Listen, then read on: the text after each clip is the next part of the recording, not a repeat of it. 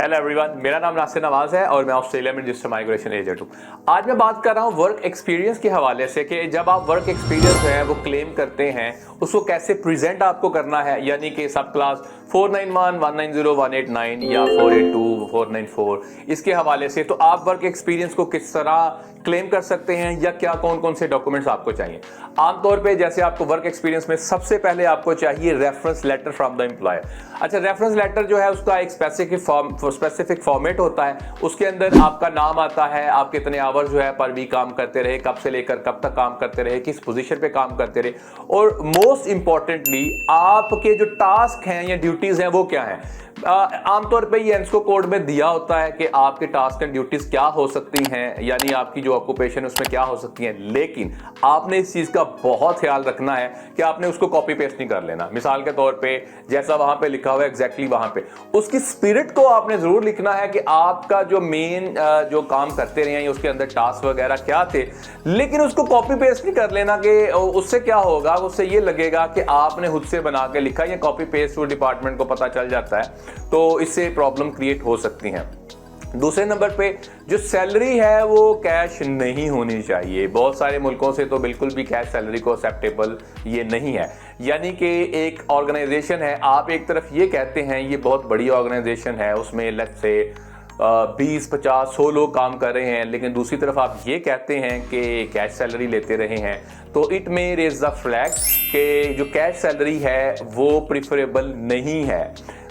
तीसरे नंबर पे जो आपका वर्क एक्सपीरियंस है वो वेरीफाई जो है कर सकता है डिपार्टमेंट। मिसाल के तौर पे बहुत सारे ममालिक के अंदर डिपार्टमेंट ने जो एक तरीकाकार वज़ा किया होता है उसमें आपके एम्प्लॉयर को कॉल भी कर सकते हैं, विजिट भी कर सकते हैं, लेकिन अगर एम्प्लॉयर को अंदाज़ा नहीं है कि आप हैं कौनिया, इस तरह का वहाँ से जवाब आता है कि हमें तो पता ही नहीं इस नाम का एम्प्लॉय काम करता था नहीं करता था, तो ये भी एक ट्रबल मेकर हो सकता है। चौथे नंबर पे आप ये कहते हैं कि मैं काम करता रहा हूं और कंपनी भी ये कहती है आपकी कि आप काम करते रहे हैं, लेकिन उसको आपने सपोर्ट कराना है एक ऑथेंटिक थर्ड पार्टी से।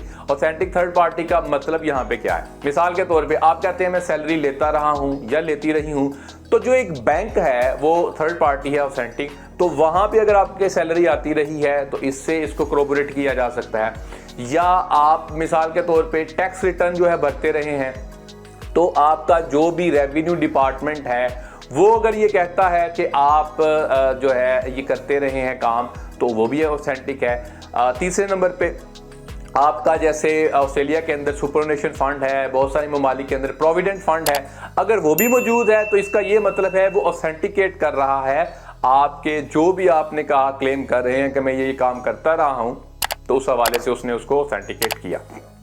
अच्छा, इसके अलावा आपने कभी भी अपनी एप्लीकेशन के ऊपर ये एम्प्लॉयर के हवाले से भी या आप एम्प्लॉयमेंट के हवाले से या कोई भी और फैक्ट है उसके हवाले से कभी भी झूठ नहीं बोलना, क्योंकि अगर इस पे झूठ बोला गया और डिपार्टमेंट फिगर आउट करता है तो इस पे PIC 4020 इन्वोक होगी, इंपोज होगी और इससे 3 साल का नॉन ग्रांट पीरियड लग सकता है।